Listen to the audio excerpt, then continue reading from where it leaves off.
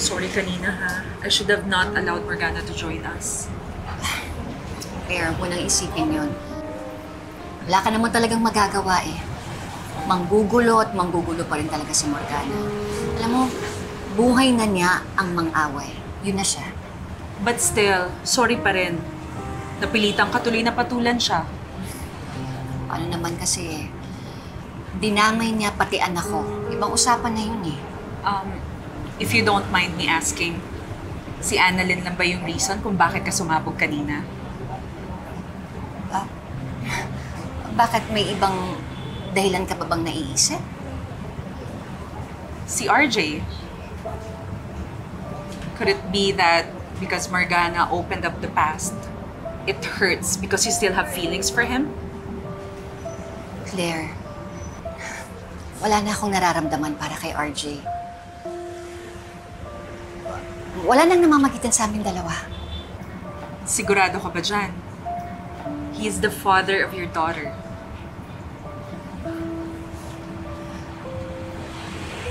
Claire, hindi ko pinagsisisihan na nabuo si Annalyn. Pero hindi ibig sabihin nun na umaasa pa rin ako na magkakatuluyan kami ng tatay niya. Alam mo, kung mababalik ko lang talaga yung panahon, siyempre gusto ko pa rin na si Annalyn yung maging anak ko. Pero ayoko na mahulog yung loob ko kay RJ.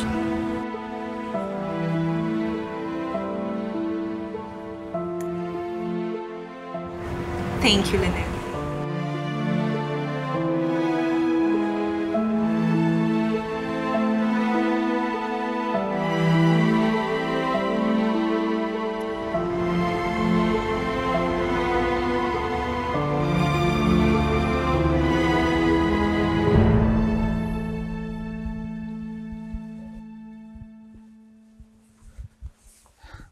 Claire. RJ. You wanted to talk? Yes. I wanted to talk about us. Claire, matagal na yung nangyari sa atin. Matagal na. It was ages ago when I had to leave you to go with my parents. And you, to pursue your dreams here in Manila. Bago pa lang tayo noon, pero wala tayong choice but to break up. You had a choice. And you chose your family. I know. I could have chosen you. Build a family with you. Claire, that's all in the past now. Then let's not talk about our past. Rather, our future. Future? Grabe naman po. Hanggang sa dinner, inaaway ka po ni Ma'am Morgana. Ewan ka ba dun sa babaeng yun? Obses yata sa akin yun eh. Kahit nasaan ako, nadudun din siya para awayin ako. Kaya nga po, tapos gusto niya pa na gawin ka kampi si Miss Claire. Ay naku anak, alam mo mabuti na lang, napakabait nitong si Claire. Alam mo ba, na inaway na si Morgana? Ah, talaga? Buti naman po. Alam mo na napapaisip nga po ako eh. Ba't kaya sila naghiwalay ni tatay dati? Siguro kung hindi sila naghiwalay nun, walang naging Moira at saka Morgana sa buhay natin, no? At wala ka rin kapatid na palaging nang-aaway sa'yo. Pero anak, sandali. Kapag nangyari yun, o ibig sabihin wala ka din dito? Ay, o nga po, hindi ko naisip yun na. Things happen for a reason talaga. Tama yan. Basta alam mo, Nay, feeling ko kagabi, in love si tatay sa'yo. Oh, anak, ano ba yung pinagsasabi? Ano? Ito naman yung lagi naman in love sa'yo yun. Ay, naku, alikan na nga dito kung ano na naman na sinasabi mo dyan. Oo, naman, kahit anong ayos mo. Ay, naku, wag ka. RJ, I'm single. And from what I heard, wala kang commitment. RJ, this is fate. Pinagdagpo tayo ng parehong malaya. Bakit hindi natin dugtungan kung ano yung meron tayo? Remember what you said last night? That everyone deserves to love and be loved.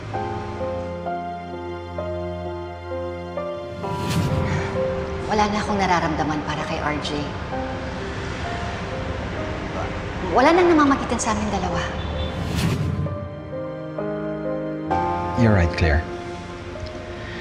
Everyone deserves a chance to be loved, including us.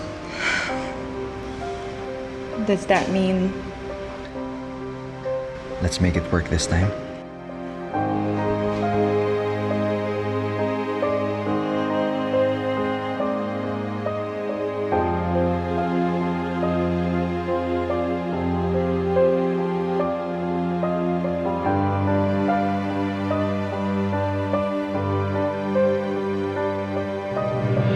Tay!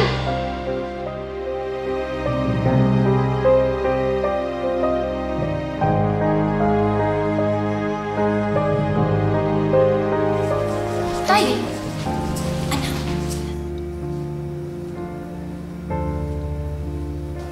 Ano pong ginagawa niyo? Bakit kayo I'm sorry, Dr. Santos. I know it's not appropriate, pero may good news kami. Lynette, you finally gave us another chance. Ha? Pero tay, akala ko ba?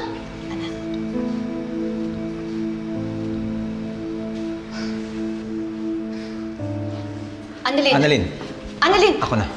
Excuse me, Claire.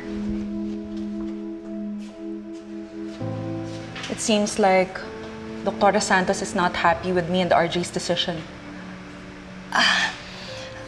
Pasensya mo na yung anak ko, ha. Nabigla lang siguro yon. Pero pagkatapos kausapin ni RJ si Annalyn, maintindihan na niyang lahat. Lynette, sa'yo okay lang ba?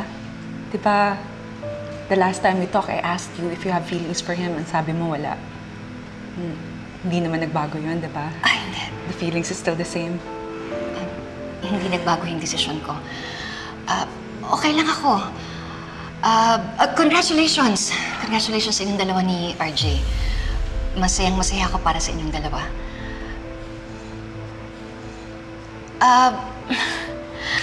Ang galing, no? Kasi, di ba, childhood sweethearts kayo. Tapos, nagkahiwalay kayo. Tapos, ngayon, nakita kayo ulit, tapos nagkabalikan kayo. Ang galing. Siguro talagang kayo ang para sa isa't isa. Congratulations ulit. Lynette.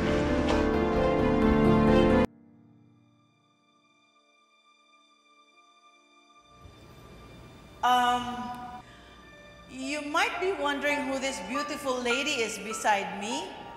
She is Miss Claire Bermudez, the childhood sweetheart of my brother, and now his girlfriend.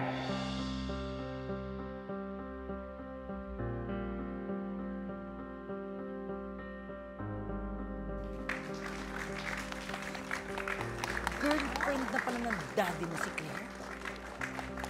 Alam mo ba to? Eh bakit parang natatawa ka pa? Well, at least hindi siya nag-end up kay Lynette, di ba? Ate, What's wrong? It's the truth.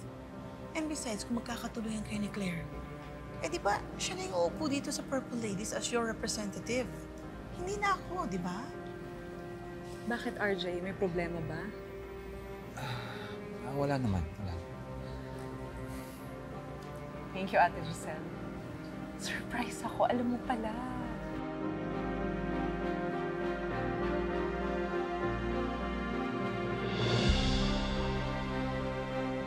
Travels. Grabe. But I'm happy for the both of you. Thank you. Biglaan talaga and I felt like... Once again, please welcome my brother, our beloved CEO, Dr. Roberto Tanyag, and of course, his beautiful girlfriend, Miss Claire Bermudez.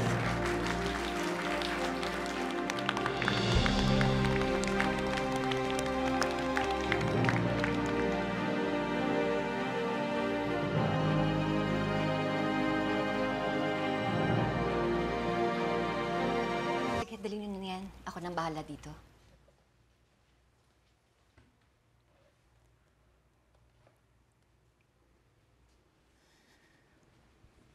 Lynette, tulungan na kita.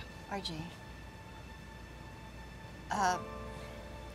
Dr. Tanyag, hindi, okay lang ako.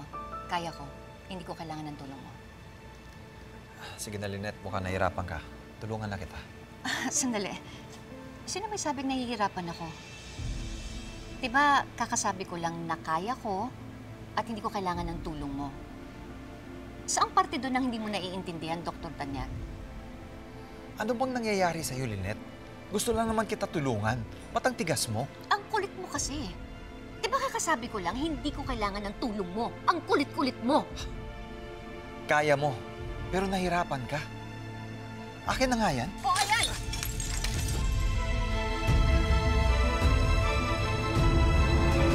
Ano bang problema mo, Lynette?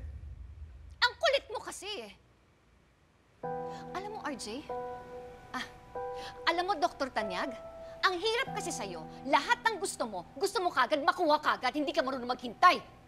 Ako? Hindi marunong maghintay? Lynette, nakakapagod na maghintay sa'yo.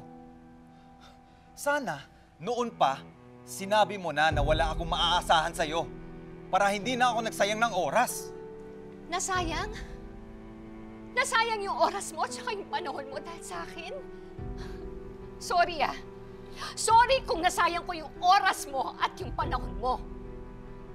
Pero alam mo, Dr. Tanyag, kung talagang mahal na mahal mo ako, kahit gaano kahirap, kahit gaano kasakit, kahit gaano katagal, hindi ka mapapagod.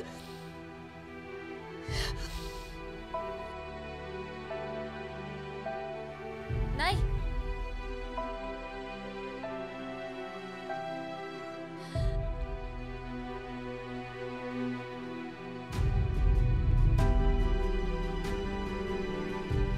Tay, ako na pong kakausap sa kanya. Sige lang.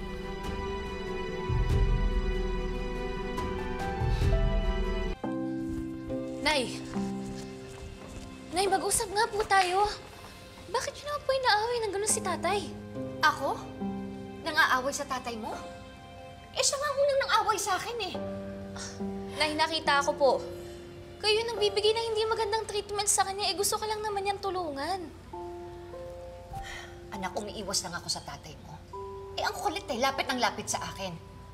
Ano yung sasabihin nung girlfriend niya? Nakakahiya naman. Ayoko na silang guluhin. Nay, mabait naman po si Miss Clara. Hindi naman po siya katulad ni Ma'am Moira. Kaya hindi niyo na po kailangan mag-alala kasi wala naman kayong ginagawang masama ni tatay. Sandali lang. Bakit ba parang mas kinakapihan mo yung tatay mo? Anong gusto mo? Sumama na lang sa kanya? O tamang-tama, meron na siyang bagong girlfriend. O siguro naman, magiging mabuting stepmother sa'yo si Claire. O di sige, di magsama-sama kayong tatlo. Hala, Nay! Saan po nanggagaling yan? Ano po yung sinasabi niyo?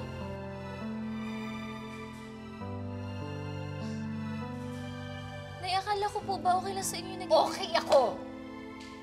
Ilabas ko ba sasabihin sa iyo na okay ako?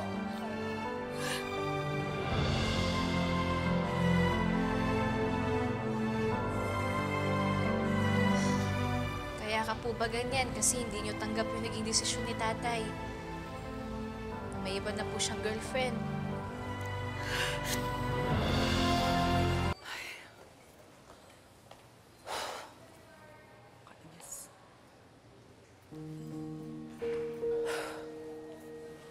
RJ! Oh, what happened to your coat? Dumi mo. Ha? Kumain kasi ako. Natapunan lang ng sauce. Anyway, don't worry about it. Ipapa-dry clean ko na lang bukas. Saan ka ba galing? Ay, I just had a fight with the devil. Devil? Si Morgana. Sinugod at inaway ako.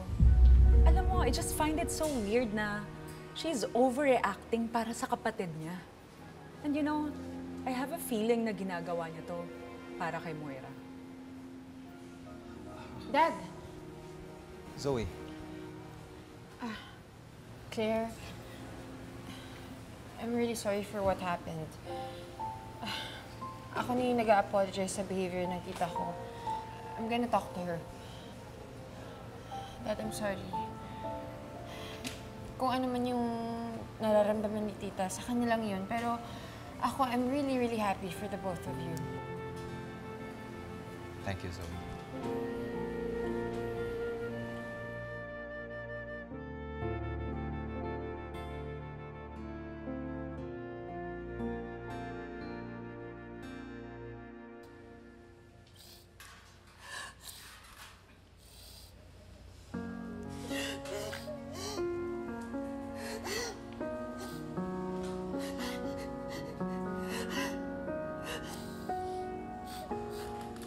Okay lang, Nay. Kahit huwag ka na magsalita. Nararamdaman naman kita eh. Nararamdaman kong nasasaktan ka kasi mahal mo pa rin si tatay.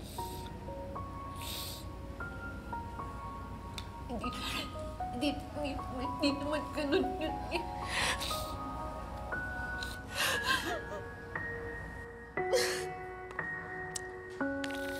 Kasi pinipigilan yung nararamdaman ninyo.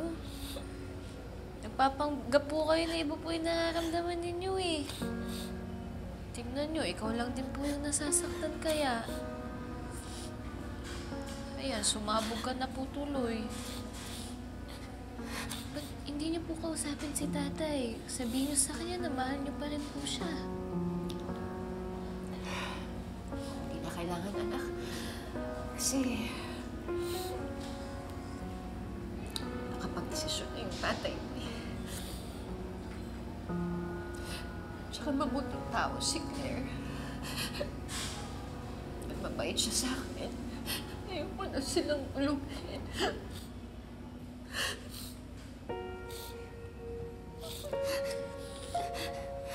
Baka pwede na eh. Request ko lang na mag-usap man lang kayo ni tatay oh. Para medyo gumaan naman yung naging away niyo. Bakit ko pa siya kailangan kausapin? Nag-uusap naman kami na... Gusto bang mag-sorry ako sa kanya? Bakit ako mag-sorry sa kanya? Hindi ko kailangan mag-sorry sa kanya. Ay. Ano naman ako?